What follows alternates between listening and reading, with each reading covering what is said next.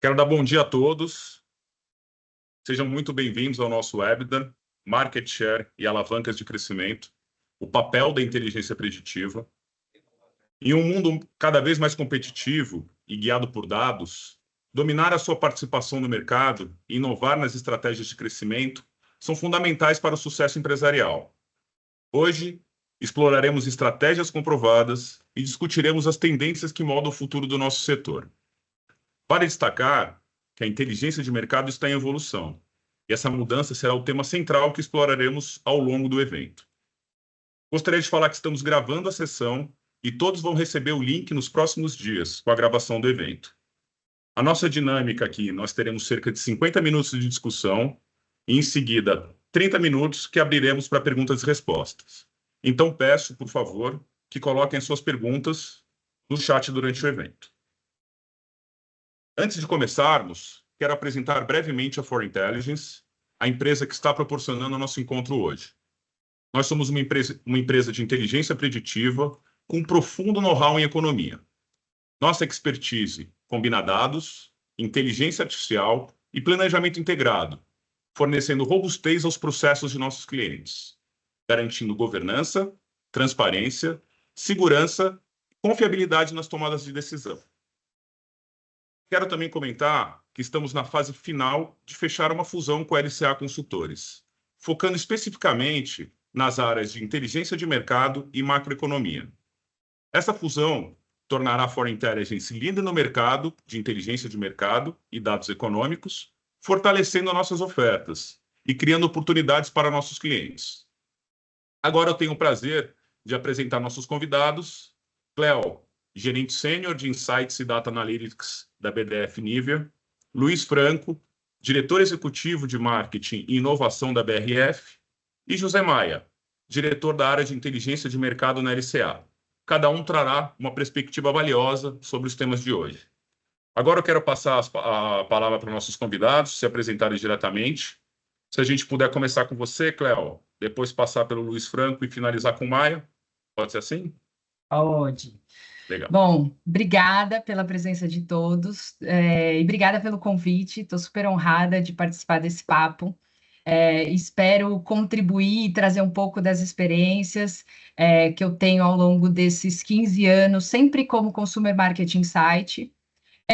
Comecei minha carreira... Bom, posso começar também falando que eu sou mãe, mãe de pet também, né, que tenho uma grande vida além dessa vida profissional. E a minha experiência, indo para a minha experiência profissional, sempre trabalhei, comecei na Nielsen, depois Unilever, tive uma experiência maior em telefonia, em telecom, na Nextel, e estou há 6 anos na Beiersdorf, que é a casa das marcas Nivea e Eucerin, que são as marcas mais conhecidas aqui no Brasil, sempre atuando em inteligência de mercado. E assim, posso dizer que hoje veio mudando muito essa área, né? Então eu espero compartilhar isso. Assim, comecei trabalhando muito com grupos de discussão, a pesquisa mais raiz, que todo mundo alguma vez já participou, mas agora indo muito mais para uma ciência de dados, né? Essa foi a condução da minha carreira. É isso. Obrigada, gente. Olá, bom dia a todos. Meu nome é Luiz Franco, trabalho na BRF, estou aqui há 13 anos. Acho que tenho uma experiência aí de mais de 20 anos trabalhando com marcas de bem de consumo. Hoje eu respondo pela área de marketing, pela área de inovação, pela área de gestão de categorias. Aqui na minha trajetória da BRF já tive inteligência de mercado no meu guarda-chuva por algumas vezes. Hoje não estou com inteligência de mercado, sou cliente, né? Então acho que é uma perspectiva legal, mas assim, eu já operei como inteligência de mercado várias vezes mesmo aqui dentro da BRF. Estou bastante contente de fazer parte desse grupo de discussão. Legal. Bom dia, sou Maia, José Maia. Queria primeiro agradecer aí, Fernando, o pessoal da For Intelligence, a Cleo e o Luiz por estarem participando desse evento. Obrigado. Eu sou um dos sócios da LCA e, como o Fernando conversou, né, avisou, a gente está terminando essa jornada dessa fusão. A gente está super animado, coisas muito legais estão acontecendo. Sou economista, sou responsável pela área de inteligência de mercados da LCA já há bastante tempo. Agora, o que me trouxe aqui, acho importante destacar, né, que tem a ver com o evento, eu fui responsável durante 12 anos por uma área de distribuição importante da Unilever, da Kibon, né, e eu era muito cobrado por market share e volume. E naquela época a gente estava começando a olhar para esses modelos, né? Aliás, foi o que me trouxe até a LCA, né? Comecei a discutir com os sócios na época como que a gente podia melhorar as previsões de volume, prever sorvete. Não é fácil, né? E brigar por market share também não é fácil. Mas, enfim, essa experiência foi muito importante para depois eu ir para a LCA e desenvolver junto com um time, com equipe, ferramentas que podem ter ajudado os nossos clientes. Então, vamos lá, Fernando, estou aqui para essa Legal, conversa bacana. legal. Obrigado, Maia. Obrigado, Cléo. Obrigado, Luiz. Eu quero começar aqui com uma pergunta, para vocês sobre os desafios do setor. Eu queria que a Cléo e o Luiz, né, se vocês poderiam compartilhar insights sobre os maiores desafios que as suas indústrias enfrentam, né? E Maia, depois, né, eu queria, se você poderia nos fornecer um overview, um contexto geral, dada a sua experiência como consultor em várias indústrias. Uhum. Pode ser quem começa? Cléo, Pode ir. Luiz? Posso ir. Eu acho que tem um ditado que todo mundo fala, e eu sempre achava sempre muito balela, assim, né? O importante é a jornada e não o destino final, né? Só que, cara, isso é pura verdade, porque a impressão que eu tenho é que a gente está sempre na jornada, né? E o que eu quero trazer aqui é que o grande desafio é que tudo muda. E tudo a todo tempo, né? E a complexidade, quando a gente acha que é uma, é outra e é maior. E eu acho assim, conviver com esse dinamismo, VUCA, BANI, não sei nem qual que sigla que estamos agora, eu acho que é a palavra do momento, assim, e saber lidar com isso. E aí você tem que ligar toda a inteligência emocional também, né? Toda a saúde mental também, que é um outro desafio. Eu diria que esse é o principal desafio do negócio. E aí, obviamente, isso vai, como consequência, trazer ainda mais complexidade na predição, nos modelos, né, e tudo que a gente precisa. Bom, no meu caso, acho que eu vou dar uma resposta meio clássica aqui, que é crescimento sustentável. O desafio é crescer. Acho que boa parte de quem está aqui trabalha com empresa de capital aberto. O capital aberto, né, é sempre você tem que ir lá na frente mostrar que você vai estar maior e mais rentável. Então, o crescimento sustentável é o maior desafio. E quando você está falando de inteligência de mercado, marketing, etc., o grande desafio é falar qual o tamanho desse crescimento, em que base que eu vou crescer. Porque, logicamente, a gente trabalha com companhias. Hoje, a empresa que eu trabalho tem uma cadeia muito longa. Então, eu tenho que setar toda uma cadeia para um crescimento que, ok, você quer crescer, mas qual o tamanho desse crescimento? Então, hoje, o maior desafio que a gente tem aqui antes do como, é quanto exatamente, né? E o quanto você consegue com as suas capabilities e quanto que o mercado vai te oferecer de possibilidade para esse crescimento. E, logicamente, você sempre vai ter o desafio a mais do board, né? Aquela espremida que todo mundo está acostumado, né? Então, acho que hoje o desafio que a gente tem aqui é crescimento sustentável e responder qual o tamanho desse mercado e para onde ele vai, tá? Legal.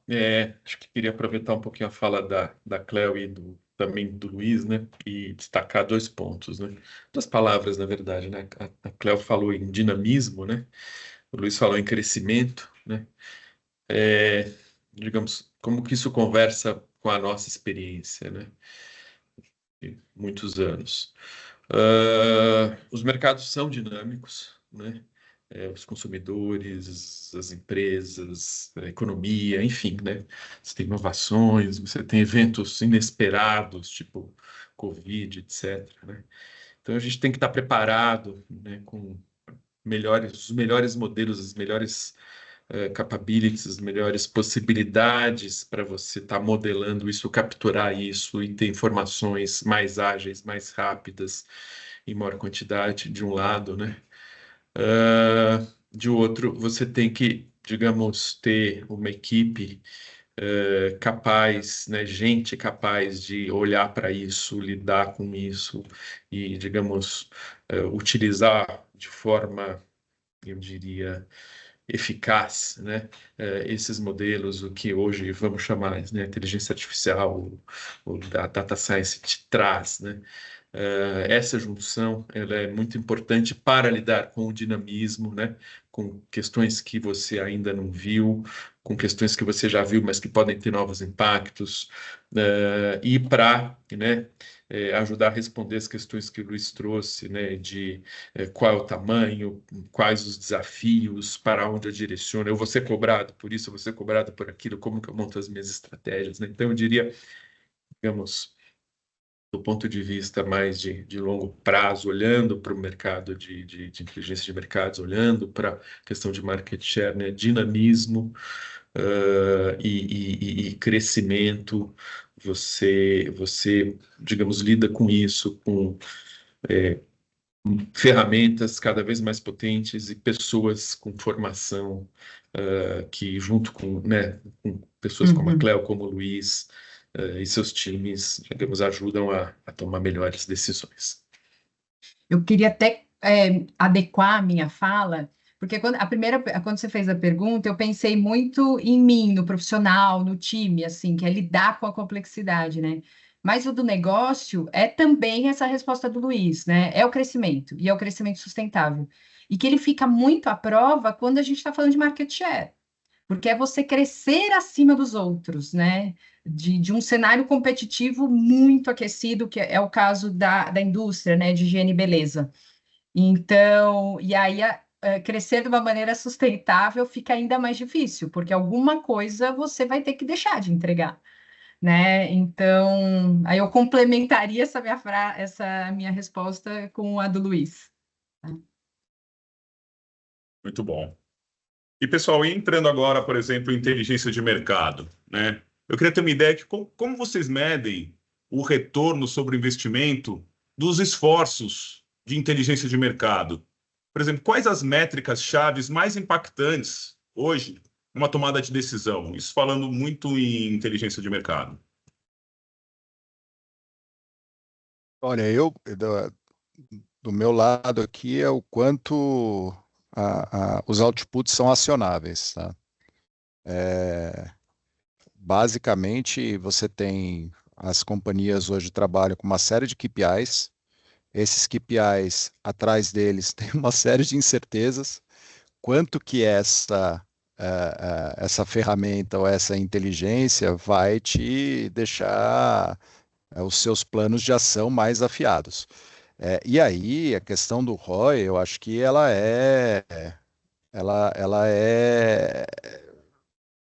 de verdade, pelo menos para nós aqui, ela é quase secundária, porque o preço disso, perto do tamanho do negócio e do quanto você ter uma visão sistêmica mais orientada, com um KPI acionável, que não é só você que mede, você tem um terceiro ali que está medindo. Normalmente, logicamente, você vai buscar institutos e ferramentas renomadas que também vão ser um background seu. Quando você vai discutir qualquer coisa com o seu board, com o seu acionista, eu acho que isso tem um valor muito alto. Então, sendo acionável, eu acho que o ROI é bem alto. Tá? Uhum. Aqui eu diria que o ROI ainda é uma medida que e talvez infelizmente esteja em segundo plano, né? Muitas das medidas ainda são quais são as alavancas de share, e aí existem inúmeros KPIs para isso, né? A gente, desde sellout e de diversas fontes de captura de sellout também, e outros KPIs correlatos a esse sellout, né? Então, o preço, a distribuição, o giro, né? E então a gente está nessa jornada desse entendimento desses KPIs. É lógico que por trás de tudo isso, por mais assim que parece simples, né, simplista ter esses KPIs, eu acho que ainda existe ainda é um desafio na Beiersdorf, e imagino para grande parte das indústrias também, é ter uma harmonização e uma consolidação dos dados também, né? Eu acho que para você ter esse grande output, esse grande dashboard, né?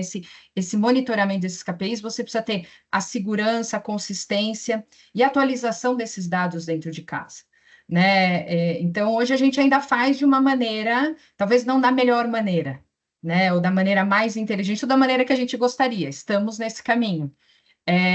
Mas é um ponto importante porque ele é muito a fundação de tudo, né? Então, acho que ainda a gente tem uma jornada de construção desse lake de dados. A Beiersdorf é uma empresa global, então, dessa sinergia entre os times regionais, local, global, para que a gente tenha essa fundação pronta para que depois a gente consiga monitorar tudo isso. Acho que, de novo, né, aproveitando o que o Luiz e o Cléo falaram e trazendo aqui a nossa perspectiva, né?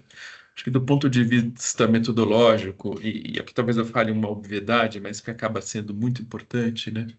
Quando a gente vai olhar para esses mercados, para o market share, acho que é importante a gente conseguir separar aquilo que é acionável daquilo que não é acionável, né?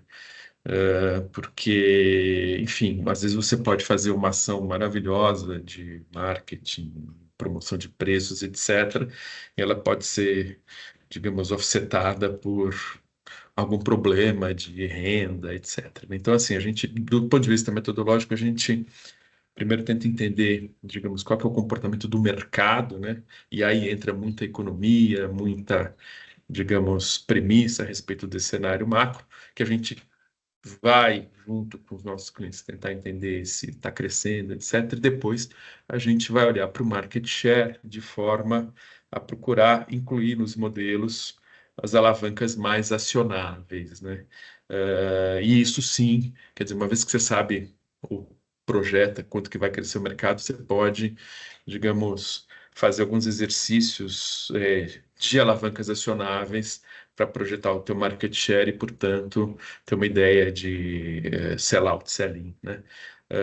Eu diria que aí tem um esforço muito grande de dados, como a Cléo falou, né, de consolidação de dados, de questões acionáveis, como o Luiz estava falando, né, quer dizer, de como você executa. E a questão do ROI, especificamente, acho que vai depender muito também do, digamos, às vezes, né, você tem... primeiro, é muito difícil medir a margem de contribuição, para ter uma ideia financeira, né, mas você pode, com os modelos de market share, já tomar decisões fantásticas, né, de como você melhora o seu share, quais as estratégias, qual a combinação de estratégias e assim por diante, né? Então, claro, se você quiser adicionar uma camada botando nesses modelos a margem de contribuição, você pode entender quais as estratégias ou quais as decisões vão te trazer mais retorno financeiro. Mas aqui trazendo um ponto que acaba sendo muito importante nessas questões de decisões, digamos, só orientadas para o ROI, né? Às vezes você pode ter uma recomendação do modelo que vai falar, olha, invista só em tal marca, invista só em tal ação, mas a companhia... Muitas vezes os nossos clientes têm estratégias, né, que eles precisam combinar as duas coisas, né? Então, de novo, entre os melhores modelos e a discussão com os nossos clientes, com as equipes, para tomar as melhores decisões que combinem números e estratégia e assim por diante. Legal, Maia, obrigado. A gente falou um pouco de market share agora, já entrando aí nessa seara. Eu tenho uma curiosidade aqui que eu queria que vocês me tirassem. Eu queria saber o que é mais importante, né, nesse processo dinâmico de planejamento. Por exemplo, eu ganhei mais market share, mas não sei explicar porque eu ganhei market share. Ou eu não consegui ganhar tanto market share, mas eu tenho como explicar e achar por que eu não ganhei tanto market share. O que vocês acham mais importante hoje em dia? Eu, particularmente, acho a primeira alternativa, eu não sei, eu tenho toda empresa que eu passei, etc., sempre mediu o market share. A primeira alternativa eu acho muito difícil. Tá tão difícil ganhar market share que assim, você ganhar sem saber por quê, eu acho que é quase um sonho. Eu estou até topando, tá? Mas eu acho que é difícil acontecer. Pelo menos eu ainda não enfrentei essa Eu também situação. não. Aqui a gente tem que explicar por que a gente perdeu, mas por que a gente ganhou não tem muita explicação. É tipo, parabéns, e segue, né? Exato, mas assim, eu acho que sempre, é, se você está na cadeira de inteligência de mercado, logicamente você sempre vai ter os outputs, né? E sempre vai ter os aprendizados. Então, sempre saber explicar o porquê do ganho vai te ajudar bastante a garantir o seu próximo ganho, né? Então, eu acho que é sempre muito importante você ter todas as variáveis na mão e quando você trabalha com elas há muito tempo, mais uma vez reforçando, acho muito difícil você não conseguir explicar, né?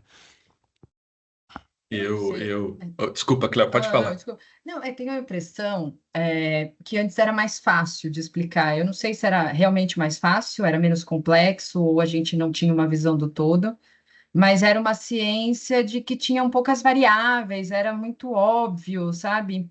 E hoje, não. Hoje, assim, é tudo, pode ser tudo, né? A gente tem que usar a conjugação do verbo correto, assim, nada você não pode dar nada como certo, né? É, então, está cada vez mais difícil, assim, porque entram variáveis que muitas vezes não estão no seu controle, não estão no seu KPI, né? E às vezes vê muita relação também entre ações entre marcas diferentes, né? Entre categorias diferentes, e isso pode trazer também um impacto, né? Um efeito halo. Então, hoje está mais complexo.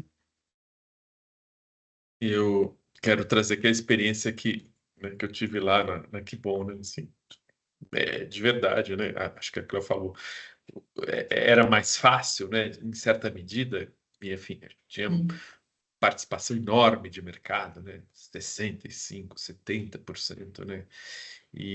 Mas você tinha um objetivo de crescer 75 para 74, não sei o que, né? Então, a gente crescia e depois era cobrado para crescer mais 5%, né? Então, assim, você tem que entender, né, digamos, claro, você tem que crescer e tem que procurar as alavancas, mas entender também o que te faz crescer, o que te faz perder é importante para você entender até os próprios limites, né? Quer dizer, muitas vezes, de novo, né?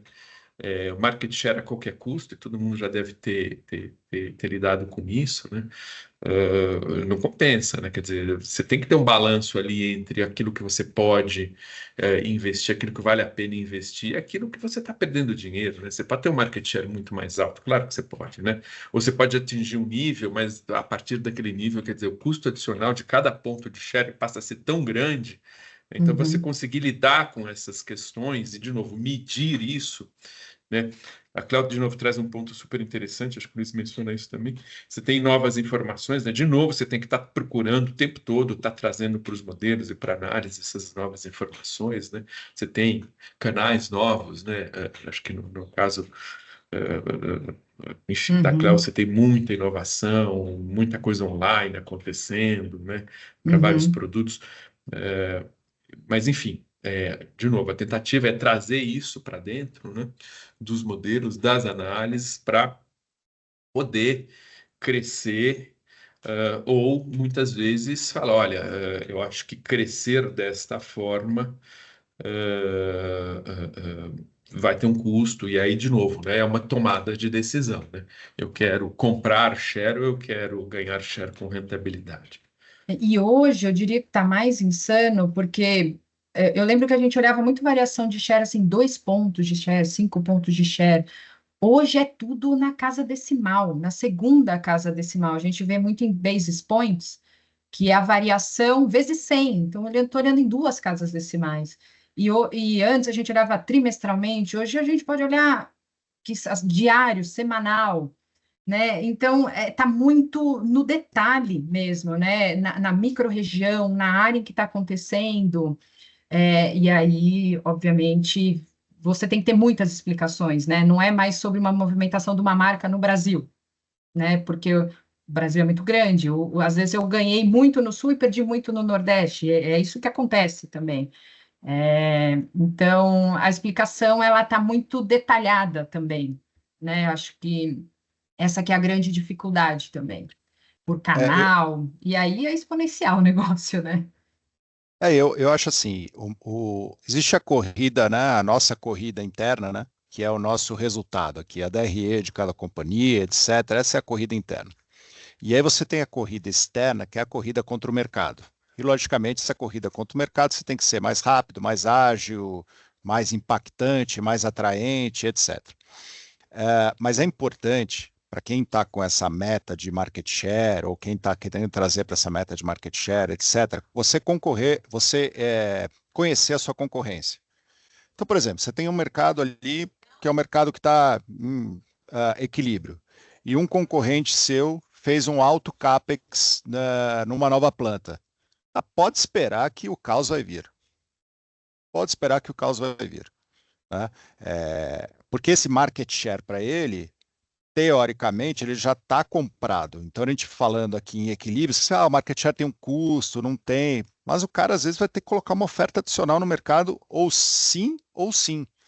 E aí você precisa saber exatamente, olha, eu vou até aqui nesse market share, eu seguro até aqui, boto o teu DRE do lado, combina com o teu board, combina com a tua liderança, né? Então, acho que para esses tipos de coisas, os modelos são muito bons.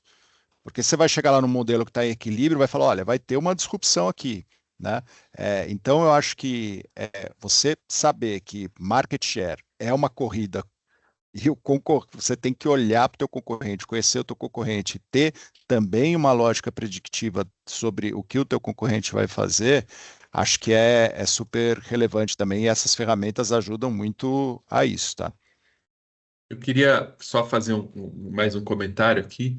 Acho que é isso, né? O Luiz colocou de uma forma bem interessante. Os modelos sim ajudam a você cenarizar isso, né? Ó, tem tanto de oferta entrando e o cara vai vir, né? No matter what, né? E claro, qual que vai ser o impacto nisso, né? E como isso conversa também com o que a Cleo colocou, né? E de novo aí pegando a nossa perspectiva, a minha perspectiva, né? Há 25, 30 anos atrás, né?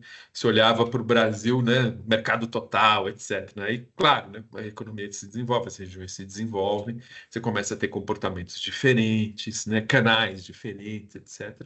E aí a importância de você granularizar e poder fazer análises mais específicas, porque a briga assim começa a ser mais específica, mais granular, né? A gente aqui compartilhando com vocês e aqui falando um pouco, né, do que a união da Foreign Intelligence consegue com a LCA, né? A gente, por exemplo, faz para uma empresa grande aí, de bens de consumo, né? Projeta 6, 7 categorias agregadas no Brasil. A soma dá o mercado total. A gente agora, com essas ferramentas de projeção, vai conseguir quebrar isso em 75 mil quebras, né? Isso dá um outro poder de... Claro, né? Você não consegue olhar na vírgula 75 mil quebras, né? Mas você consegue ter, digamos, análises diferentes e regionais, setorizadas por canal, etc., que acho que é um pouco da discussão que o Fernando está querendo trazer também, né, de como, como a gente pode evoluir, né, enquanto, digamos, inteligência de mercados, né, e é claro que tem a complexidade. Uma coisa é você analisar 6 quebras e tomar decisão, tá? Outra coisa é como é que você faz para olhar para tanto dado, para tanta informação, que acho que é um pouco da angústia da Cleo, e claro, do Luiz também, eu conheço bem o dia a dia do Luiz lá, né? Como que a gente faz para olhar isso, né? Então, acho que tem esse desafio, pô, legal, temos tecnologia, temos informação, a informação a gente trata assim, a gente trata assado, mas como que a gente agrupa isso e tira, né, junta tudo isso e tira, digamos, informação para tomar melhores decisões. E sim, decisões mais compartimentizadas, mais granulares, né? Quando tem que ser assim ou quando tem que ser mais agregadas. Ô, Maia, a gente está. Vai lá, Clara, Luiz. desculpa. Não, vai, Luiz, vai, pode ir. Não, é que a gente estava conversando outro dia da cultura, né? Você precisa ter muitos sócios na empresa que acreditam nos dados e tomam isso como, né, uma ferramenta importante para o negócio. Você ter as menores quebras, os maiores detalhes, simplesmente você vai ter uma grande ferramenta para angariar esses sócios, tá? Porque você chegar para um regional de vendas de Cuiabá e chegar com ele com um modelo para o negócio dele, você tá feito. E o negócio, você vai conseguir botar a inteligência de mercado no nível mais granular do teu negócio e vai conseguir de fato. Né? Hoje você às vezes é meio ignorado porque é aquela coisa, não, mas pô, vocês só falam de São Paulo, vocês só não sei lá, vocês aplicam o que é São Paulo para o Brasil. Não é verdade, tá? Mas eu acho que esse tipo de quebra, esse tipo de inteligência, você aportar tudo isso numa micro-região, você vai ganhar todos esses sócios e vai conseguir modelar e ter bons resultados. Eu brinco que com dados, gente, o céu é limite. A pergunta que você quiser, a gente consegue responder. A questão é a ação que você vai tomar em relação a isso. Então, assim, podemos olhar no interior de algum estado, sabe, no micro detalhe, mas vamos ter ação, né? Vamos ter uma equipe que seja de vendas, garantindo que o produto vai estar lá. Então, no fim, a gente sonha, ou tem 75 mil modelos, mas qual é a ação? E aí também cai num outro ponto de prioridades, né? A gente pode ter tantas coisas que no fim te paralisa, né? E aí você fica meio sem saber para onde fazer, como se guiar, o que é importante naquele momento você tratar, porque de fato nenhuma organização vai conseguir resolver todos os gargalos de share, né, nesses micros detalhes. Então, aí também definir o que é a sua prioridade estratégica, Perfeito. né, é fundamental para que você siga o plano, né? E depois deixe no caminho. Tem coisas que vai ter que ser deixadas mesmo. Perfeito. Acho que, Cléo, você levantou uma bola, isso a gente vive lá com a equipe do Luiz, né? E de vários clientes, mas que é fundamental, quer dizer, ok, a gente tem as boas informações, digamos, o melhor que a gente consegue, a gente tem os melhores modelos, a gente tem as melhores discussões, e a gente define as melhores estratégias, com mais ROI, menos ROI, enfim. A gente tem o estado da arte daquilo que é possível fazer nas empresas. Agora, tem uma coisa que se chama execução, né, que você falou, que é super importante. Muitas vezes, e às vezes, né, a gente que projeta os mercados fica aquela discussão, o modelo errou, o modelo não acertou, etc. Às vezes quer dizer, eu diria, 95% das vezes é uma questão de execução ou de premissa, né, executado ou não, e de acompanhamento daquilo, né? Por exemplo, eu vou ganhar market share porque eu vou abaixar o preço em, sei lá, 5%, né? A gente sabe que se a gente abaixa o preço, o market share sobe. O problema é que muitas vezes você tem dificuldade de executar ou você cria uma premissa de execução que ela tem canais, você tem que falar com o trade, você tem que falar com o distribuidor, você tem que combinar o jogo, etc., até chegar na ponta e você vê isso efetivamente lá, né? Então, assim, eu acho que quando a gente está falando aqui, Fernando, e acho que o ponto é, né, desafios, parece uma bobagem isso, né? Mas a gente tem muita informação, mas, né, muito dado, bons modelos, boas equipes, né? Mas acho que os desafios, né, com esse conjunto grande de informações, conjunto grande de análises, é como você executa e monitora, né? Porque é um problema, né? Quer dizer, e aí você precisa ter um super alinhamento entre as pessoas envolvidas que discutem as estratégias, as que executam essas estratégias, ou que, digamos, tem lá as questões táticas, né? Porque é muita coisa envolvida, né? Então, é um combinado de um esforço grande para extrair o máximo, mas, né, de dados e de modelos e de capacidade analítica, mas também como você executa e como você monitora isso, né? Com certeza. Isso é a governança, né? Como você talvez faça a governança de todo esse processo, e também envolve aquela questão cultural, né? Ou seja, vamos todo mundo acreditar, vamos olhar esse número, vamos todo mundo trabalhar em cima disso, né? Legal. Agora, aqui eu quero saber um pouco qual o papel e a importância do market share como uma métrica-chave dentro do negócio de vocês. Eu tenho curiosidade aqui, como vocês calculam, né? E uma outra pergunta aqui, como vocês estão adaptando as suas estratégias para competir efetivamente com esses disruptores digitais ágeis? Eu acho que principalmente aí para Cleo, né? Eu também vejo um pouquinho do lado do Luiz também, esses novos entrantes, ou seja, novas proteínas. Como que vocês estão se adaptando às estratégias para competir efetivamente com esses novos players?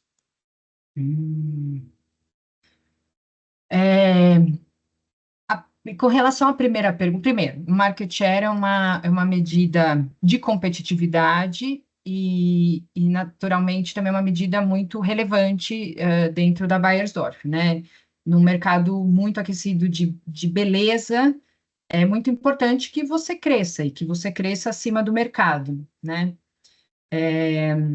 Ainda mais a Beiersdorf, que tem muito a credencial de ser reconhecida como uma expert em skincare, né? Então, a gente tem que estar à frente, tem que ser precursora, né? Tem que ditar as tendências, né? E estar aí na cabeça dos consumidores. Então, uma medida, sem dúvida nenhuma, muito relevante. E aí, pensar no mercado, a gente internamente, a gente tem um mercado que é pré-estabelecido, né, do que a gente entende o que é esse 100% dentro desse mercado de market share, justamente para ter uma harmonização também entre todos os países, né, todas as filiais, né, para juntas, assim, terem o bolo comparável, né, o que faz bastante sentido. Por outro lado, você tem especificidades diferentes, né? Realidades diferentes entre os países, né? No Brasil, a gente tem um door-to-door, um mercado alto. Outros países, você tem um mercado online até muito mais aquecido que o Brasil, né? Então, de alguma forma ou outra, você não está medindo tão corretamente, né? Como deveria, ou como o próprio consumidor entende o que é esse mercado, né? E uma dica que eu dou aqui é muito como que a gente, às vezes, a gente tem que fazer sempre um exercício quase que diário de tentar sair dessas convenções, né, pré-estabelecidas pelas próprias empresas, né, do tipo, o que é uma categoria, né, isso é uma categoria, e fechar.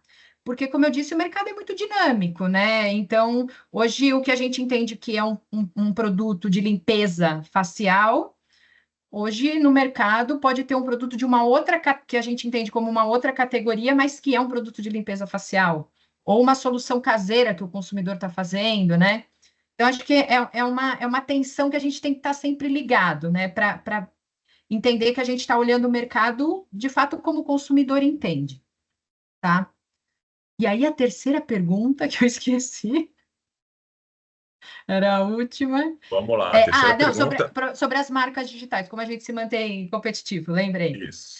Cara, isso é uma batalha diária. Eu acho, a gente tem grupos aqui de acompanhamento, de monitoramento da concorrência, e assim, se a gente só olhar para os outros, a gente quase que não faz nada, porque toda vez tem uma novidade, né? Tem algo, um lançamento super parecido com o nosso, ou algo muito diferente, ou com uma solução melhor, com um claim melhor, com uma embalagem diferente. E aí, às vezes, a gente pode não ter a velocidade que também marcas locais têm aqui, né?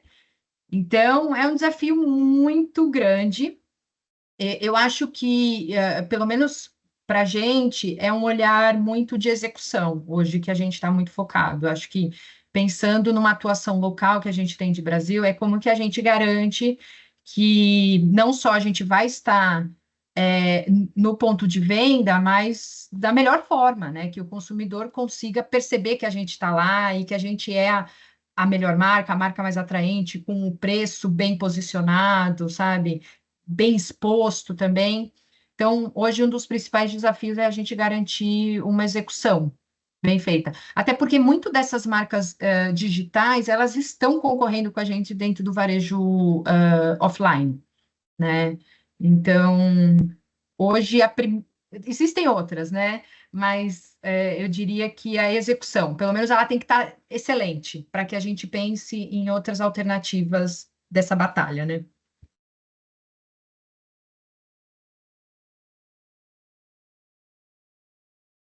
Para qualquer companhia de proteína processada, o market share é não só uma métrica de concorrencial, mas é uma métrica também de planejamento. Porque esse market share que a gente vê no mercado, ele tem que estar espelhado no campo muito antes. Então, o market share é fundamental. Então, eu não posso ter um market share maior no campo do que eu tenho no mercado, porque isso vai me dar uma oferta muito alta que vai impactar no meu preço e etc. Ok, tem também os mercados de exportação e etc. Mas assim, market share para proteínas, quando você fala de proteína processada, ele é importante porque ele precisa estar em congruência com vários outros market shares aí que a gente tem, ou o share no campo e etc., ou share na capacidade de produção. Então, as coisas precisam estar em muita congruência para você ter uma empresa sustentável e saudável. Isso não só a nossa empresa, como todas as outras. Quanto às pequenas empresas, né, as ofertas que a gente tem aí, produtos alternativos, curva CD e etc., esse market share, esse monitoramento do market share e a cultura de market share nos ajuda bastante, porque muitas vezes, de verdade, escapa alguma coisa e a gente só vai saber da existência de algum concorrente quando ele realmente ganha um vulto aí no market share ou aparece no nosso market share. Tá? E ele nos ajuda a medir também a sustentabilidade dessa oferta. Então, normalmente esse concorrente aparece, a gente vai entender, ok, ele é um concorrente integrado na cadeia de proteína ou não, ele está comprando matéria-prima no mercado ou não. Aí você vai olhar, vai ter uma subida de matéria-prima lá para frente, olha, esse concorrente aí ele deve desaparecer, vamos ver se vai desaparecer ou não, se ele vai subir o preço ou não. Então você vai monitorando toda a sua concorrência. O market share é muito importante, né? As ferramentas de monitoramento dessa concorrência são muito importantes, né? No mercado a gente trabalha com produtos perecíveis, né? Talvez você não tenha tanta, vamos dizer assim, oferta digital. Logicamente você tem, tá? Muito mais quanto a e-commerce, né? Mas normalmente para chegar lá, esses produtores já têm que ter passado por canais tradicionais, etc. Salvo muito nicho mesmo, né? Então a gente consegue monitorar e pegar aí nas nossas ferramentas tradicionais de monitoramento de market share. Então, assim, tudo isso para dizer que não só é um KPI de performance, mas também ajuda a monitorar o mercado quando você tem essa cultura bem enraizada. Acho que assim, de novo, né, trazendo aqui um pouco a perspectiva de mais longo prazo, né, quando a gente fala das questões digitais, eu queria trazer isso para novas tecnologias, né, novos mercados, para inovações, né, quer dizer, você olha, né, uma perspectiva, vamos chamar assim, histórica, né, os mercados sempre estão inovando, né, com novas tecnologias, com novos canais de distribuição, né, só para lembrar que alguns anos atrás era um problema você medir o market share no atacarejo, né? E foi um canal que começou a ser desenvolvido, etc., né? Ele teve uma dinâmica e era, né, todo mundo, ninguém conseguia navegar bem ali, entender o que estava acontecendo, até você, digamos, trazer um foco para aquilo, você ter dados consistentes e conseguir medir, né, e trazer isso, aquilo, aquela nova dinâmica, né, porque eram os players ali do varejo se organizando de uma forma diferente, né, era vamos chamar assim, uma inovação de mercado. E você precisou entender aquilo, criar séries de dados para poder entender como que é a dinâmica, né? Quando a gente olha para mercados digitais ou para, digamos, novas tecnologias que permitem fabricar produtos de beleza a um custo mais baixo e ter microprodutores e vários microprodutores, você também está lidando com inovações, né? Então a pergunta é como que a gente traz isso, né, de novo, para análise e toma decisões, né? Eu acho que sim, a gente tem hoje em dia, né, quer dizer, o mercado brasileiro vem e tem uma tendência de ficar cada vez mais competitivo, né? Embora a gente ainda tenha muito espaço para crescer, já cresceu bastante em relação, sei lá, 20, 30 anos atrás, né? E quando o mercado cresce, a tendência é você ter mais players, mais, né, empresas de novo, tecnologias mais baratas e que vão trazer dinâmicas cada vez mais competitivas, né? Então, é um cenário, sim, bastante desafiador, né? Pela própria evolução da economia, né? Assim, a gente modela mercados em outros países, em países de economia, vamos chamar assim, desenvolvidas, né? E é raríssimo você ver uma empresa com market share tão alto como a gente vê aqui no Brasil, né?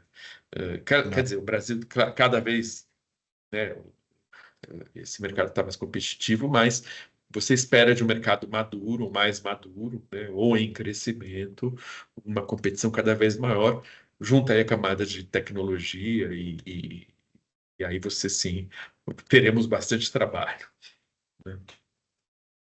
Legal. Agora eu quero tocar num tema, que é o tema do nosso evento, inclusive, as alavancas de crescimento, né? Aqueles drivers internos que impactam, né, no market share. Eu queria saber se vocês poderiam descrever os processos envolvidos para descobrir e definir essas alavancas de crescimento. Olha, meu, no meu universo aqui, as ferramentas de crescimento, elas saem daquela lógica de vender mais itens para mais clientes, se possível, ao maior preço. Mas, assim, a lógica de produtividade, né, do quanto a gente consegue, e o Maia falou, tocou nisso, de execução, do quanto a gente está preparado para executar e de quanto a gente já usa o nosso poder de execução, porque acho que você tem que se conhecer, né?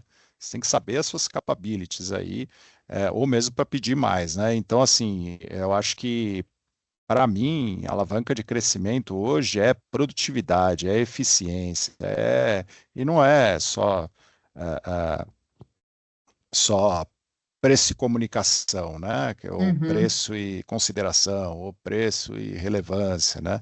Mas tem muito de braço também, da capacidade das companhias de colocar o seu produto no lugar certo, no preço certo, etc. Então, hoje, a gente respira muito a eficiência como uma variável muito importante, a execução como uma variável muito importante, e, lógico, também a questão do preço, que é um país, hoje a gente é um país, ainda um país que está longe de ser um país rico, né, em que a alavanca de preço também é muito relevante, ela vai estar Uhum. sempre, quase que no foco central de todo e qualquer modelo. Tá? Mas essa capacidade de execução hoje é uma alavanca muito relevante, muito importante. Cara, eu diria que as alavancas é, é o sucesso de qualquer modelo, né? Porque quando eu comecei a trabalhar com análise preditiva, eu tinha a impressão que ter o número, ter um número do crescimento já bastasse, Mas não, muito pelo contrário, né? E aí você precisa definir, tá, se eu vou crescer 10, é por quê, né? E de onde vem esses 10? Então, se alguém um dia aqui nesse call aí, tô vendo que tem 110 pessoas aqui, falarem, cria um modelo aí, né? Vamos pensar aí como que vai criar. Cara, você tem que ter um time, porque é um negócio que requer muito trabalho e muito pensamento crítico e conhecimento do mercado, no sentido de que o que pode fazer sentido, o que é uma alavanca de share, além dessas premissas básicas que, obviamente, a gente tem que considerar, né, investimento em comunicação, preço, né, pelo Brasil ser um país super elástico de preço, né, ter uma forte relação de impacto de preço, mas assim, definir o que você vai modelar, né? O que pode interferir. E muitas vezes, como que você vai ter que traduzir métricas que são subjetivas em objetivas, né? Para você colocar no seu modelo, coisas que às vezes você nem captura, né? E que aí você precisa construir uma base, uma série histórica para começar a ter um maior entendimento disso. Então, assim, para mim a maior complexidade é essa, é a definição dessas premissas e estar aberto a mudar sempre de premissa, porque é um contínuo testar e testar e testar, né? Então, aí você vai ter um modelo que você vai dizer, puta, agora tá bom, né? Agora eu consegui entender exatamente quais são as alavancas, mas depois de 6 meses já não vai estar tão bom, né? Aí você vai ter que entender outras alavancas. Principalmente monitorando redes sociais, né? Que é algo que, pelo menos, a gente ainda correlaciona, ou deveria ter uma oportunidade de relacionar mais, para entender o que estão falando e o que isso vai refletir em compra. Então, eu gastaria o maior tempo nisso, porque hoje, gente, fazer um modelo preditivo, hoje um chat GPT se faz, né? Mas agora acho que a riqueza é como que você ajuda essa máquina a construir, né? O que você vai colocar como premissas? E esse é o grande pulo do gato. Perfeito. E aí eu volto um pouco naquilo que acho que eu falei no começo, né? Quer dizer, de novo, os mercados são dinâmicos, o consumidor é dinâmico, os hábitos de consumo mudam, a gente tem novas tecnologias, então a gente sempre tem que estar olhando para os modelos, criticando, né, alinhando, procurando trazer para dentro deles as variáveis, né, que vão impactar. Eu me lembro muito bem discussão que a gente teve com o Luiz no começo da pandemia, né? Como é que a gente vai medir esse impacto? Isso acabou acontecendo com várias outras empresas, né? Mas naquele começo, né? Você tinha uma novidade ali que era ficar em casa, né? Como que a gente mede isso? Como que isso impacta os mercados? Como que a gente projeta, né? Então a gente começou a discutir variáveis que capturassem essa ideia de mobilidade, e aí você tinha Google Trends, enfim, você tem que ser criativo, você tem que ser, digamos, antenado, né? E trazer as discussões daquilo que a gente está percebendo, né? Para os modelos, né? Às vezes lidando com algumas limitações, sim, né? Tem que fazer um deparo, né? Tem questões que são mais subjetivas, né? E aqui é de novo, né? Quer dizer, acho que os modelos eles podem ajudar, né, e as áreas, né, das empresas, né, e junto com as nossas equipes, né, elas podem ajudar você a fazer premissas, executar e testar, né? Então, por exemplo, market share, né, você tem muitas empresas que trabalham com aquela ideia de building blocks, né, e quanto que eu vou fazer de instalação, de outra ação, etc., né? Então, como que a gente captura isso? Como que isso rebate no mercado? Né? A ação trouxe efeito, a gente conseguiu executar, a gente não conseguiu executar. E, de novo, como que você gerencia isso? Né? Para mim, é um grande desafio. Né? E aí tem que ter... e aí eu falo do lado do cliente, né? Equipes estruturadas, com gente capaz, com gente capaz de tomar decisão, porque vai ter informação boa, vai ter dado bacana, mas tem que avaliar, executar e tomar decisão, né, depois. Legal. Agora você comentou um pouco de dados aí, eu queria entrar um pouco agora em inteligência preditiva, né? A gente sabe que a inteligência preditiva analisa dados passados e atuais para prever resultados futuros para a tomada de decisão informada, né? Eu queria saber como vocês usam dados de forma eficaz e quais são os desafios que enfrentam na integração da inteligência artificial.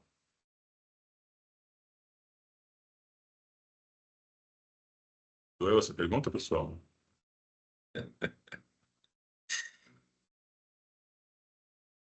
Eu achei que era pro Maia.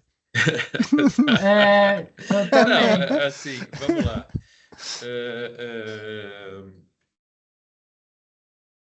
Acho que assim, né? Tem duas coisas, né? Assim, do ponto de vista de dados. Você tem muitos dados disponíveis, cada vez mais, né? Antes você tinha um instituto, dois institutos que mediam os dados, mas você tem dificuldade de ter, digamos, informações completas de mercado, né? Uhum.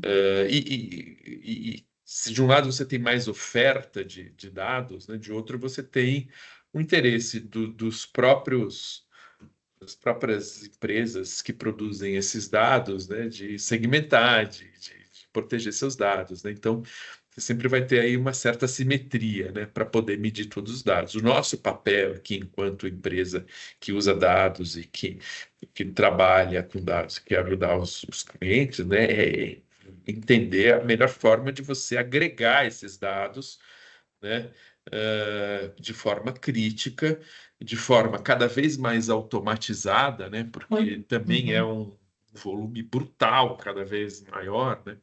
Então, um dos desafios super interessantes que a gente está discutindo já com a For Intelligence, né, LCI For Intelligence, é como a gente automatiza esses processos de recebimento de dados, de composição de mercados. As empresas, por sua vez, estão cada vez mais focadas digamos, ter os seus data lakes, né? Quer dizer, que são desafios enormes também, né? Então, como que a gente, em conjunto, faz a melhor agregação de dados, a melhor compatibilização, né? Quer dizer, super comum você ter lá um instituto lendo e chamando aquilo de SKU-A e aquele outro instituto chamando aquilo de SKU-B, e aí você tem que, sabe, parece coisa simples, mas como é um volume muito grande, né? Você trabalhar esses dados é algo realmente, digamos, que exige capacidade de processamento, exige inteligência, exige engenharia de dados. De novo, a gente está trabalhando bastante nisso, né, para trazer, inclusive, governança. Claro, né, quando você vai, né, como eu citei, fazer 6 modelos agregados, ok, né, o cérebro humano, a capacidade humana consegue resolver isso. Agora, quando você vai descer para 75 mil quebras, né? Você precisa ter um nível, sim, de inteligência artificial, de capacidade de máquina, de processamento para poder fazer aquilo, né? Você não consegue olhar, é humanamente impossível. Agora, o desafio ok, você tem lá uma máquina fazendo, etc. Vamos utilizar esse poder de máquina, vamos trazer isso, mas como que eu trago isso para tomar a decisão, né? Como que a gente joga isso, né, para a Cleo, para o Luiz, para os pares deles que estão nos assistindo aqui, para tomar a decisão, né? Como que a gente transforma isso, né, os dados cada vez, digamos, cada vez mais informação, mas como que você transforma aquilo em algo útil, como você transforma a inteligência, o que a inteligência artificial faz com aqueles dados em informações úteis e que te ajudam a tomar melhores decisões, né? Então, esse é um desafio muito grande e que a gente está super, super animado, tem conseguido coisas muito, muito legais por aí. Mas acho que a Cléo quer falar alguma coisa. Eu acho que o grande desafio dos modelos preditivos, e aí a inteligência artificial vai conseguir ajudar, é como que a gente fica menos dependente de uma série histórica. O que eu quero dizer com isso? Porque hoje os eventos acontecem de maneira tão rápida que, assim, ele aprende com o histórico e projeta o futuro, mas muitas vezes eu não tenho um histórico suficiente, porque é tudo tão novo, né? Então, às vezes as pessoas falam assim, vamos fazer uma modelagem, preciso de 3 anos de histórico. Nossa, me dá arrepios, porque você não tem, porque o dado, ele mudou, ele foi expandido, ou eu não tenho um evento tão longo, né? E a gente vê em higiene e beleza muitas tendências, muitas trends, marcas assim que crescem do nada, muito forte, ou às vezes continuam crescendo, ou logo na sequência já tem uma queda, né? Então, a capacidade de máquina, ela tem que nos ajudar justamente para entender quais são os eventos, né? Quais são os dados que estão por trás e que têm uma capacidade de predizer por um curto período de tempo, porque hoje 3 anos de histórico não dá mais. Eu estou falando isso porque muita coisa que a gente faz com uma série histórica e que a gente perde o tracking dela, não sei, a gente vê um resultado de 1 ano atrás. Isso para a gente já caducou, a gente já falou, gente, não dá, assim, né? Eu já não estou nesse patamar, né? Os eventos eles acontecem muito mais acelerados. E eu acho que a AI ela está aí justamente para ganhar essa velocidade de dados, né? E capacidade de ligar os eventos a uma capacidade mais rápida. É isso. Legal. Só um comentário, acho que a Cleo trouxe um ponto interessante, mais uma vez, né? Quer dizer, você tem sim, né? Na verdade, são modelos até antigos, né? Mas com essa capacidade de processamento que você tem, né? Você consegue fazer isso de forma mais eficaz, né? Você tem modelos novos sim, que precisam de menos séries temporais, né? Mas que podem ser usados para casos específicos, né? Como árvores de decisão, etc., né? Que olham para, digamos, para relações entre as variáveis e criam um ranking aí para ajudar você a entender algumas coisas, né? Mas é isso, né? Quer dizer, de novo, como que a gente usa essas ferramentas em conjunto com os nossos clientes, né? Com suas equipes para focar. Legal. Pessoal, a gente está finalizando aqui o nosso tempo para entrar em perguntas e respostas. Eu quero fazer só mais uma pergunta para vocês. Aqui eu tenho um monte para fazer, mas vamos finalizar aqui com essa. Eu queria saber o que vocês fazem para garantir uma governança eficaz nos processos de inteligência de mercado, planejamento e decisão, dada, né, a complexidade organizacional, né, e esse que a gente falou de cultura, vários departamentos envolvidos, né? Como vocês fazem para garantir essa governança do processo? Ó, eu acho que aqui tem que ser colaborativo, né? Não tem muito por onde fugir. Eu acho que precisa ter o dono da. Eu brinco aqui, né? Precisa ter o dono da planilha, tá?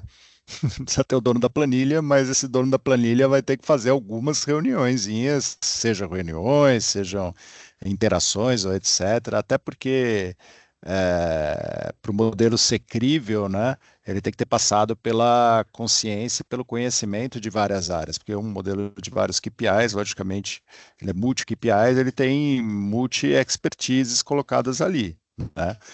E para isso você precisa ter uma cultura dentro da companhia, você precisa ter um patrocínio forte desse modelo, que isso vai ser, sim, decisivo e usado para a tomada de decisão, né? Então, acho que isso tudo facilita essa governança. Então, ter essa inteligência de mercado como dona do processo, mas sim é uma construção a vários braços com um patrocínio forte, assim que eu vejo funcionando dentro das empresas.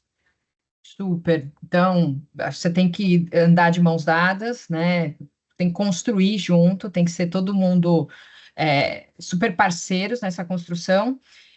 E eu acrescentaria que acho que uma sugestão é ter conectado algum processo estratégico da empresa, né? No caso aqui na Beiersdorf, a gente tem o processo de S&OP, em que a gente começa dali, né? De uma predição do mercado, do sellout, e que isso, obviamente, ele está conectado com toda a rede de suprimentos, de vendas. Então, se você conecta isso a uma espinha dorsal mesmo, estratégica do negócio, fica mais fluido, né? Porque aí você tem tanto o sponsor, né? O board tá junto, tá todo mundo junto. Acho que isso deixa mais fluido com que o processo ocorra. Acho que está perfeito. Acho que o Luiz trouxe um ponto muito importante, que é você ter gente internamente patrocinando e ter as pessoas responsáveis, né? Você pode ter o melhor modelo, o melhor estimativa melhor dada, etc. Mas se você não tem gente responsável e comprometida com isso, né, você não consegue executar, né? E claro, isso tem que ter um alinhamento da empresa, da liderança a respeito disso, né? A gente, de novo, ao longo dos anos, já viu ondas acontecerem em empresas, né? E não é incomum, né? Você tem uma direção que foca mais em decisões informadas e a outra que foca menos em decisões informadas, montam departamentos de inteligência de mercado, desmontam, tal.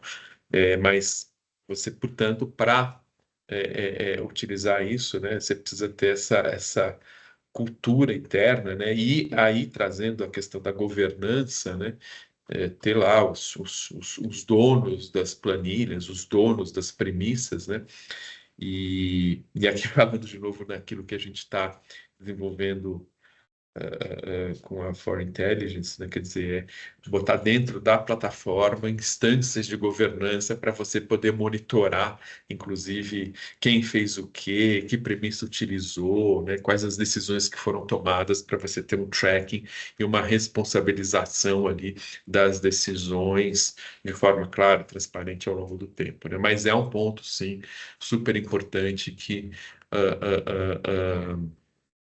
você precisa ter as pessoas comprometidas.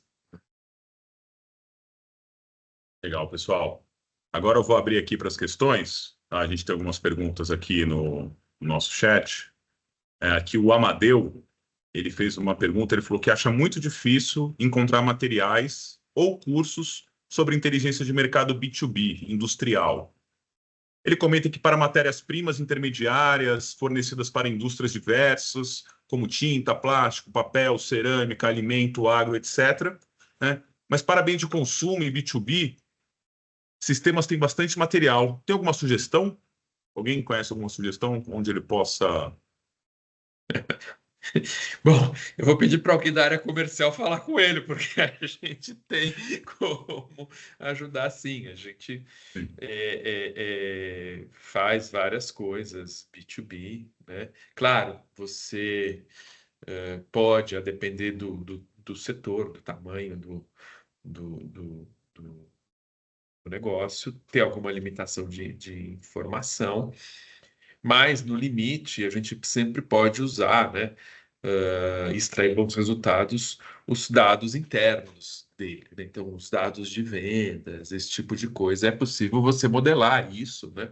Você tem algumas restrições, mas não é incomum a gente poder usar isso, né? Então, se não tiver tantos dados externos de mercado, que te dão uma ideia mais de mercado, você pode usar os dados de vendas de um negócio B2B e tentar entender quais são os drivers, qual é a dinâmica, como que a economia afeta, o que os drivers acionáveis deles, que drivers afetam, etc., né? Então, eu sugiro que, se ele tiver interesse, depois a gente pode conversar sim, porque é possível. A gente faz isso, né? Tanto a For Intelligence quanto a LCA, e daqui a pouco juntos a E gente tem também essa da capacidade. sugestão, e também da sugestão dele seguir nossas páginas no LinkedIn, né? Isso. For Intelligence e FENAI, e também da LCA Consultores, que a gente está constantemente dando informações sobre o mercado, falando de inteligência de mercado,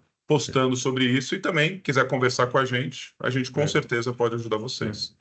E aqui só, quer dizer, você pode hoje, né, vai existir um nível de sofisticação que você pode usar a própria plataforma, você mesmo desenvolver os modelos, né, ou contar com mais ou menos analistas, né, quer dizer, tem várias formas de poder sim fazer análise desse tipo de mercado.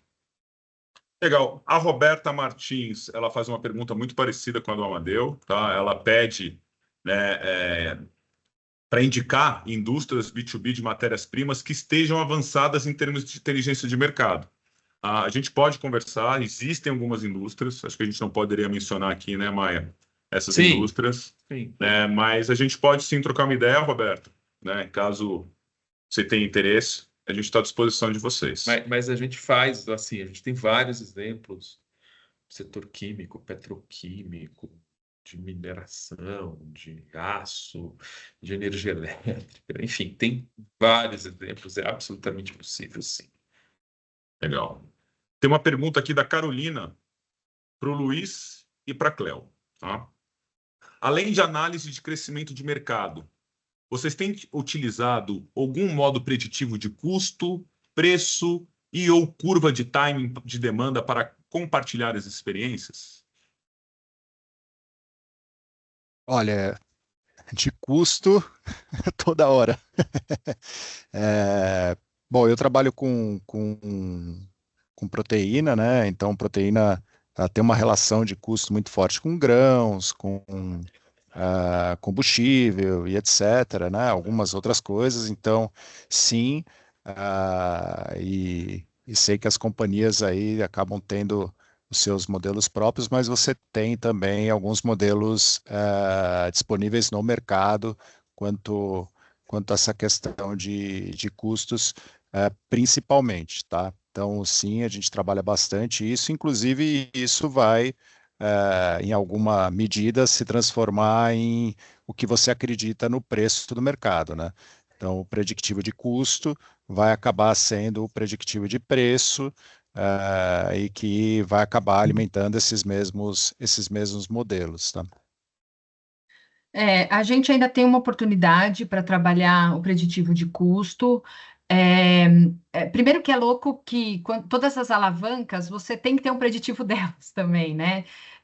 E aí é fundamental, principalmente nelas, esse alinhamento, né? Essa parceria com as outras áreas. Isso a gente depende, não só a gente de inteligência pode trazer o que potencialmente pode ser uma curva de preço ou de custo, a gente vai precisar das equipes de supply, de vendas, todo mundo muito alinhado em relação a todas essas premissas. Eu colocaria que foi fundamental muito a parceria da For Intelligence, justamente para a gente entender quais seriam as melhores métricas, né? E quais a predição dessas métricas, principalmente as macroeconômicas, que era algo que a gente não tinha in-house, então eles já tinham muito disso, então isso facilita no momento, né? Imagino que possa ter também abertas aí, mas para a gente foi um facilitador ter tudo isso. Mas é um desafio. É um desafio você ter que pensar também na premissa, na predição da premissa. Não sei se eu respondi a Carolina aí. E Se respondeu. consegui ajudar. Maia, eu acho que tem uma Ah. pergunta aqui mais para você, mas vamos lá. Mudanças estruturais em políticas públicas e tecnologias alteram o panorama, mas podem demorar a aparecer nos dados. Como antecipar as transformações básicas nos setores? Ótima pergunta. Na Uhum. verdade, isso acaba acontecendo não só com, digamos, políticas públicas, né, mas também com hábitos de consumo, né? Mas vamos lá. Mudança em legislação que vai taxar mais ou menos alimentos com açúcar, né? E assim por diante. A gente pode sim usar os modelos, embora você não tenha dados, mas você consegue construir cenários que te dão, no mínimo, um túnel para navegar, né?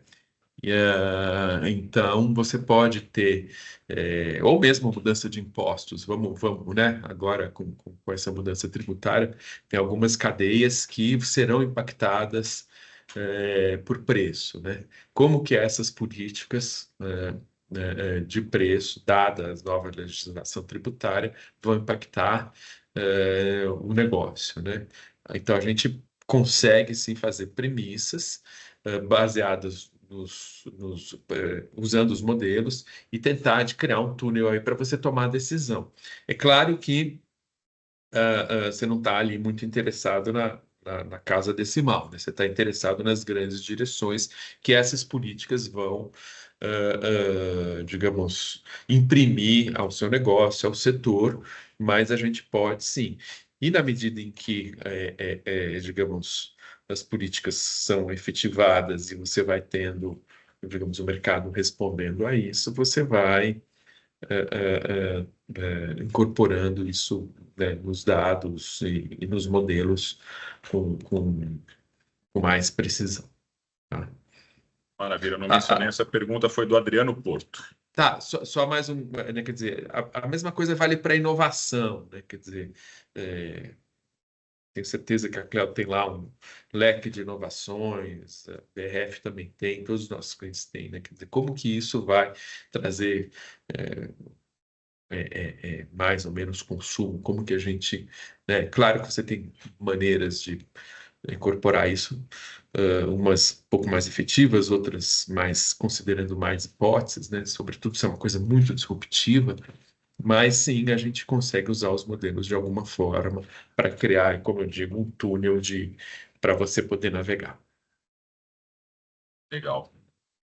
E aqui tem uma pergunta da Mariana Santos, né, que ela pergunta qual que é a perspectiva nossa sobre o futuro do market share. Ela permanecerá como uma métrica-chave no futuro? Ou acha que isso, market share para o futuro, não vai ser uma métrica-chave? Adorei essa pergunta, porque é uma coisa que eu penso bastante em relação ao futuro dele. Eu acho que no médio prazo vai continuar como uma métrica-chave, porque, obviamente, ela ainda está muito ligada. É uma medida de competitividade, é uma medida que está relacionada ao seu equity de marca, né? É uma medida de negociação com cliente, com rede varejista. Então, não acho que no médio prazo ela vai se esvaziar, mas ela é uma medida muito cruel, assim, pensando assim no nosso negócio, né?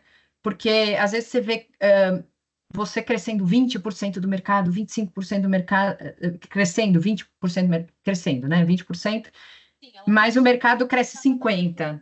E aí é como se toda a sua capacidade de crescimento ela diminuísse, né, em relação a essa comparação, né? Então é bem cruel em relação a isso. Mas aí pensando no futuro, eu acho que com o advento de redes sociais, de complexidade, de novas marcas, eu acho que pode sim se esvaziar. Eu acho que ela pode perder um pouco a importância, não sei, é uma opinião totalmente particular, tá? No sentido de que talvez isso não vai ficar tão importante para o consumidor, porque a gente tem visto que o mercado está numa tendência de muita especialização, né? Muito de atendimento de nicho. Então, eu acho que atender cada vez mais a necessidade do consumidor naquela particularidade vai ficar com que o mercado fique muito granular, né? Cada um vai ter 2 pontos de share, então talvez isso não fique tão relevante. Sei lá, quando a minha filha tiver a nossa idade, ela tem 7 anos. É muito uma reflexão que eu faço, principalmente para quem tem filho pequeno, pensando, nossa, como vai ser quando ela estiver no mercado de trabalho, né? Então, acho que no longo prazo, Mariana, talvez ele não tenha, sob meu ponto de vista, essa relevância, porque ele vai estar muito, muito pulverizado. Não sei, minha opinião. Agora eu tenho curiosidade de ouvir a resposta do Luiz. Luiz, eu sei que você teve um problema e caiu, mas eu vou repetir a pergunta, porque na hora que a gente conversou, pré-evento, você comentou que o market share é quase o ar que você respira, né? Sim. Aí tem uma pergunta aqui da Mariana Santos que fala: qual que é a sua perspectiva sobre o futuro do market share? Ela permanecerá como uma métrica-chave no futuro? Qual que é a sua visão? Eu acho que se grandes empresas e grandes marcas continuarem existindo, que eu tomara que sim, para eu garantir meu emprego, eu acho que sim, tá? Eu acho que sim. Eu acho que vai continuar sendo importante, apesar da resposta da Cleo me fazer pensar, e acho que, de fato, é super desafiador e é super difícil, né? É uma pergunta bem interessante. Mas eu acredito, mais uma vez, né? Eu acho que a gente constrói equity das marcas, né? Para que elas, de fato, e existe um investimento muito grande nisso, para que de fato ela se traduza em confiança para o consumidor, uma entrega de alta qualidade, que seja reconhecida, que facilite as jornadas de compra. Então, no mundo que a gente conhece, eu acredito que sim, é que o market share continua sendo muito relevante, porque só com market share ou só com um tamanho importante a gente vai poder manter os níveis de investimento e etc., e fazer essa roda girar. Porém, quem sabe para onde vai o mundo daqui a muitos, muitos anos, aí realmente eu não sei. Mas nesse modelo atual, eu acho que ainda é super relevante. Quando eu falo que eu respiro market share, assim como toda a cadeia de proteína, né, o Brasil ele produz mais do que ele consome, né? Então é muito importante você saber quanto que você vai deixar aqui, quanto que você vai ofertar para fora, se os mercados lá de fora vão absorver essa oferta e demanda também para medir o custo. Então, assim, ainda é um jogo de ocupar espaços, né? Ocupar espaços não só no mercado, mas também na cadeia produtiva. Então, ainda vai fazer bastante sentido. Talvez meus filhos e meus netos tenham outros KPIs aqui, se sentarem na mesma cadeira que eu tô. Mas não sei se vai ser mais fácil ou mais difícil, mas acho que ainda perdura um tempo aí. Legal. O Ricardo Monteiro fez uma pergunta muito parecida aqui com a anterior, se os participantes conhecem alguma comunidade para aprender mais e se conectar com outras pessoas sobre o assunto de inteligência de mercado. Eu ia sugerir para vocês, como mencionei, o nosso LinkedIn aqui da For Intelligence, da LCA. A gente toca muito nesses assuntos, a gente tem grupos com exatamente essa persona que você menciona aqui, Ricardo. Então, quiser participar lá, você é muito bem-vindo. Tá? Agora tem uma pergunta do Éder Miranda. Eu acho que essa com a experiência, Maia, você pode responder. Estamos falando muito de inteligência artificial. Como vocês acreditam que esta tecnologia irá apoiar na evolução da inteligência de mercado ou mesmo nos diagnósticos de share? Boa pergunta. De novo, né? Eu acho que assim, a inteligência artificial ela vai ajudar você a processar grandes quantidades de informação e grandes, digamos, quebras, questões mais granulares, né? Então, eu acho que é por aí que isso está acontecendo, né? Não é que vai acontecer, isso está acontecendo já, né?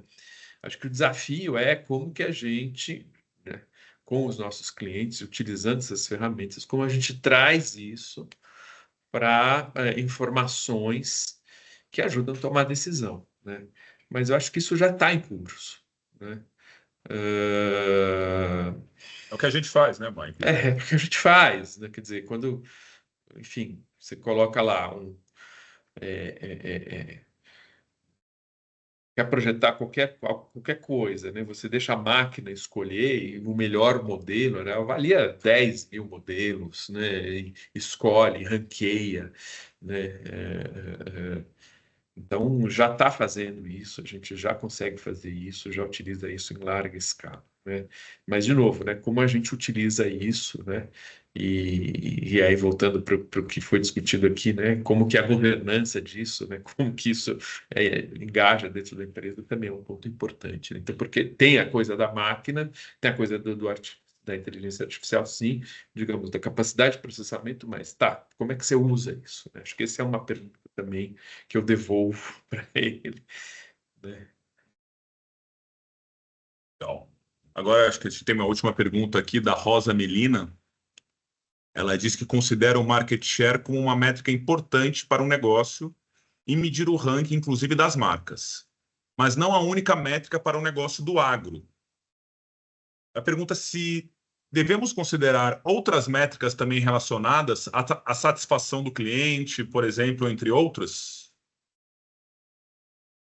Aqui acho que eu posso falar, quer dizer, né, o agro, enfim, não sei que agro especificamente, né? Agro é uma coisa bem ampla, ela está falando, mas é claro, você vai ter medidas de rentabilidade do teu negócio, acho que são, né, as principais, é para ter um market share pequeno, mas ser rentável, né? Isso é bastante louvável, né?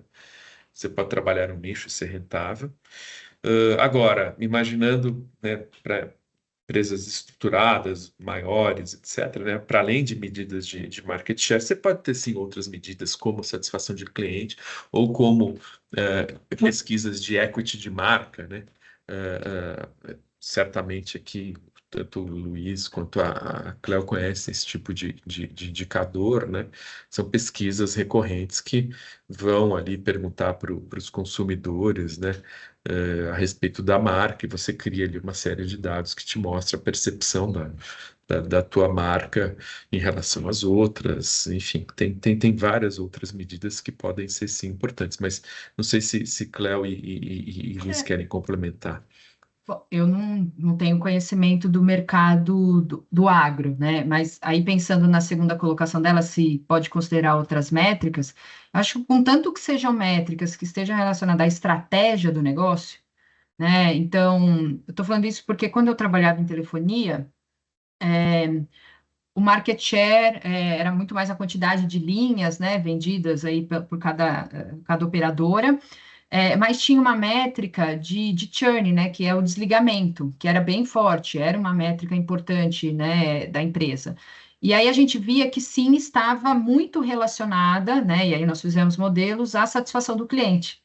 Então, satisfação do cliente passou a ser uma métrica monitorada. Então, eu acho que é entender como que ela se relaciona às métricas estratégicas, né? E aí sim a gente tinha o NPS, né? O Net Promoter Score para acompanhar isso com uma certa periodicidade.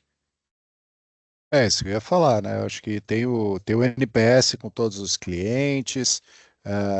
No agro aí você vai ter várias outros KPIs de eficiência que você vai poder comparar com o que o mercado está trazendo, etc. Então acho que sempre vão ter KPIs aí para se pesquisar. E assim, do que o Maia estava dizendo, né? Eu acho que as companhias sim. As grandes companhias aí têm a medição dos seus equities, tem a medição dos seus NPS, né? E tem muitas outras, tá? Acho que são vários assuntos aqui para vários webinars, mas assim, talvez essas três primeiras aí para você falar de consumidor equity, falar de cliente no NPS e o share, que é o last mile, né? No final, quando você converte o teu custo todo em receita, né? Apareceu uma última pergunta aqui da Luciana de Almeida. Ela perguntou se vocês utilizam alguma ferramenta para previsão de demanda para ajudar na construção de na construção de estratégia para ganho de share. Se sim, se tem visto resultados dessa ferramenta. Eu acho que são as análises predictivas que a gente falou aqui, né? Que acho que a gente está aqui porque a gente utiliza, né? E como disse a Cleo, né? A gente utiliza nos ciclos de S&OP, tá? Desde do longo prazo, ou S&OP, ou planejamento, ou budget, desde do longo prazo até o curto prazo, essas ferramentas são utilizadas. Uhum. Porque aqui no fim, como ele tem um processo, né, que é um processo muito fundamental dentro da empresa, no fim eles estão todos ligados, né? O que a gente pensa em termos de previsão de mercado e a capacidade da Beiersdorf crescer alinhado ou acima do mercado, e aí vai todo para uma cadeia, principalmente uma consequência de previsão de demanda, né? Então, uma coisa vai puxando a outra, né? A gente é um fio que começa com todo o modelo preditivo, e aí como que isso vai impactando toda uma cadeia. E, Luciana, caso queira conhecer um pouco mais, tá? A gente possui, sim, essa plataforma de previsão de demanda, onde a gente tem todo um módulo de colaboração e garante toda a governança do processo. Tá? Se tiver interesse em nos conversar depois, nós estamos à disposição. E aqui a gente está em cima da hora, tá, pessoal? Eu só quero fechar aqui com um conselho que eu vou pedir aqui dos nossos especialistas, né? Para uma empresa que está apenas começando a usar dados e inteligência artificial de forma estruturada para a inteligência de mercado, quais conselhos vocês poderiam oferecer? Cultura, talvez. Eu acho que é um pouco do que já falou aqui, né? Primeiro, acho que tem que ter um patrocínio forte, né? Da liderança. Segundo, precisa ser colaborativo. E terceiro, precisa persistir. Pode ser que não os primeiros resultados não sejam os melhores, mas assim, a persistência nesse caso leva ao esmero, né? Então, assim, é algo que você vai ajustando, vai ter que ajustar, mas traz para a tua rotina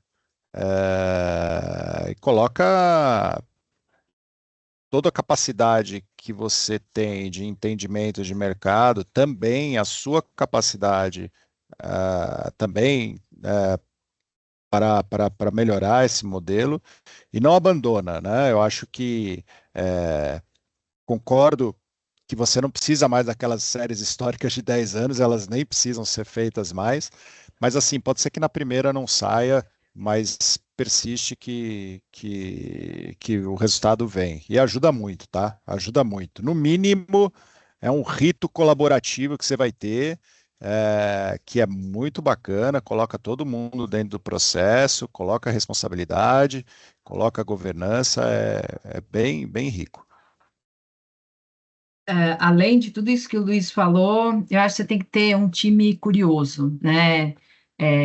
Criativo, porque acho que o sucesso está em desenhar essas premissas, essas hipóteses, né? Às vezes o que você acha que pode não ter nenhuma relação, pode ter, né? Então, até para você pensar quais vão ser as alavancas que você vai colocar dentro do seu modelo. Então, assim, tenham pessoas que pensem diferente, que saiam do óbvio.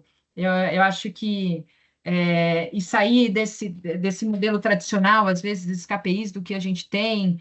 Eu acho que o segredo está aí. Eu, em complemento, concordo absolutamente com o que tanto o Luiz quanto a Cleo falaram.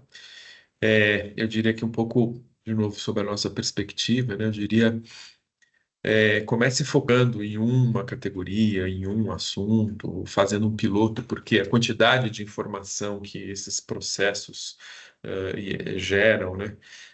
Envolve uma mudança cultural grande, um engajamento grande, processos, né? E assim, de novo, né, quando o Luiz fala persistência, né, isso só vai ser realmente útil quando a empresa começar a utilizar as informações e tomar decisões, né? Então, a gente já viu, é claro, tem projetos que começam grandes e continuam grandes, né? Mas muitas vezes você querer abraçar o mundo de uma vez quando você não tem a cultura, né? Ou não conhece ainda bem como que aquela ferramenta opera, aquele tipo de análise opera, acho que é recomendável você fazer um piloto. E claro, já pensa ali no rollout, como você faz, né, depois, em seguida, porque normalmente quando você começa com cuidado e a estrutura, as pessoas são engajadas, etc., você acaba tendo resultado, aí você faz logo em seguida um rollout, né, para poder, digamos, implementar isso, né?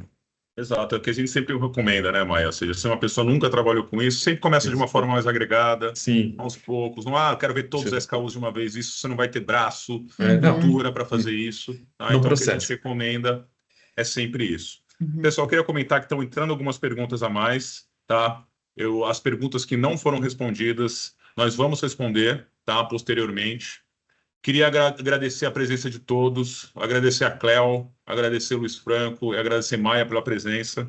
Tá? Para mais informações sobre a For Intelligence e para entrar em grupos de inteligência de mercado, o nosso LinkedIn, também coloco aqui à disposição o LinkedIn da LCA. Tá? Constantemente a gente está tocando nesses assuntos, tem comunidades de pessoal, né, de inteligência de mercado. Tá? Agradeço muito a todos. Tá? O evento aqui Legal. estamos encerrando. Obrigado, pessoal. Prazer. Obrigado, pessoal. Muito obrigada, viu? Foi Até muito logo, legal. obrigado. Obrigadão. Tchau, Tchau, gente. tchau. Boa tarde. Bom dia. Tchau, tchau. Obrigado.